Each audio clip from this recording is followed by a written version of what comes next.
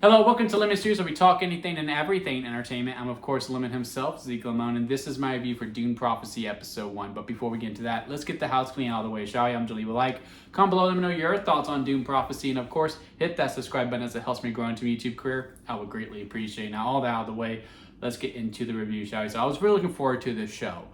Because I love the Dune movies. I love part 2, and I really liked part 1. And I was really looking forward to seeing a show in this world of Dune that takes place 10,000 years that I really don't think there was a book on this too. I think this is all purely built from the ground up for the television show. It's not adapted from a novel whatsoever. Maybe there are some ideas. I don't know. I haven't read the books, but I am very curious to see how this show executes and just how it's going to land within the audiences. And, you know, it's a great cast. Cinematography is absolutely out of this world. Very, very beautiful to look at. And, you know, I said this, and my immediate reaction when I came out of it is that in this show, because it is very much just like Dune, it is a marathon and it's not a sprint. And I wouldn't say this episode is boring by any means. I think it's very engaging, you know, it's very dialogue heavy, and I think the dialogue's really good, and you know, it makes me very intrigued to see where things are going to go and to see how the politics play out. It really does kind of feel like Game of Thrones, but in space, in a way, especially with how this episode ends, and we'll get into that in a little bit.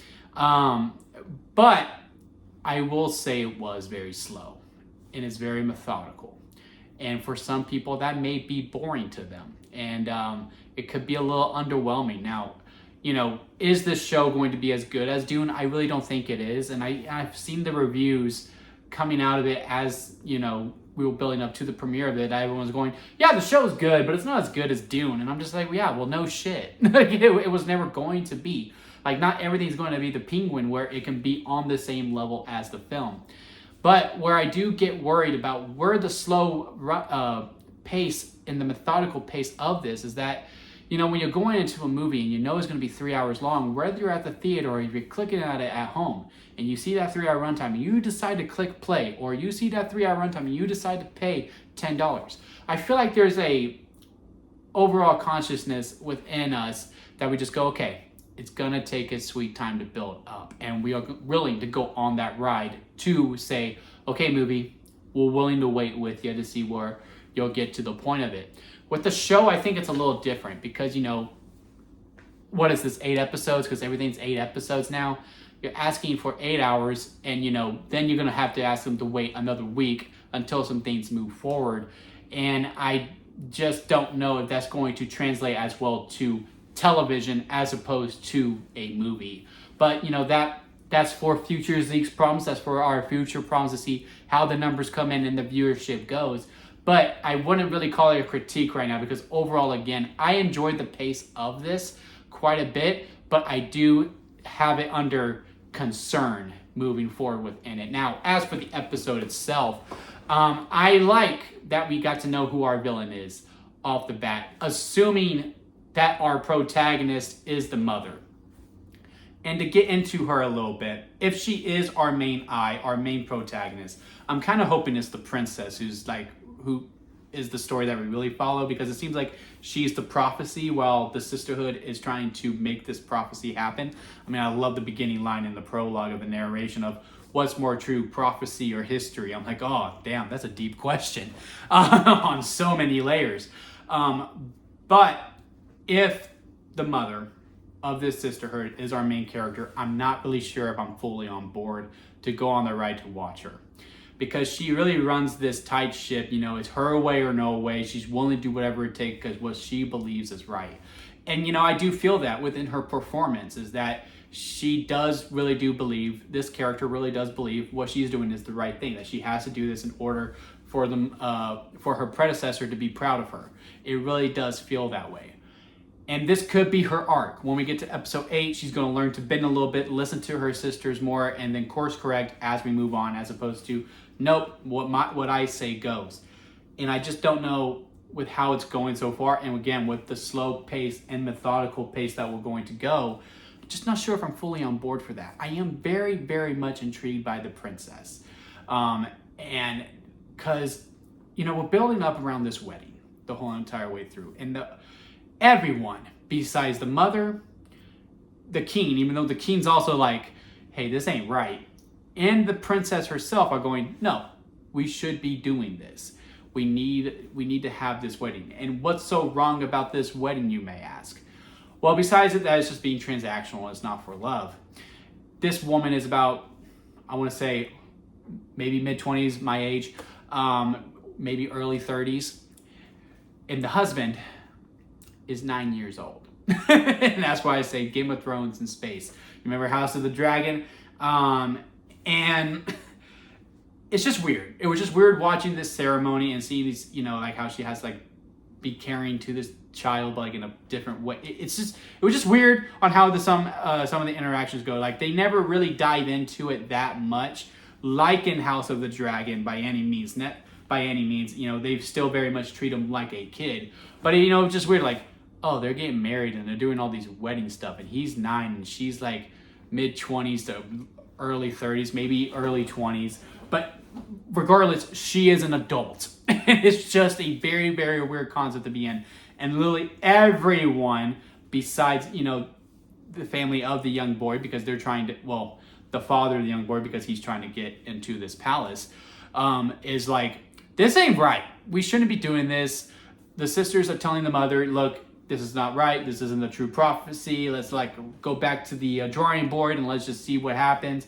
And she's like, nope, we need to do this. And the dad's like, nope, we need to do this because I need that army to fight Arrakis. And it's just a really, really messy situation to be in. With that said, with how the princess is taking it, how she's like, yeah, no, I'm completely fine with doing it. And then she's also going to head over to the sisterhood to start learning that.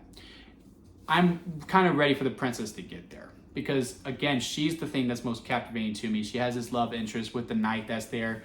And correct me if I'm wrong in the comments, but I do believe the knight's last name is Atreides. Paul. It's the same last name as Paul's. So therefore, I'm like, oh, is that the prophecy? If I heard that right. Because I do believe in the bar when, she sneaks out after the wedding, after this kid brings out this machine toy, which, there was this big battle of machines that got banned and, machines are no longer prohibited.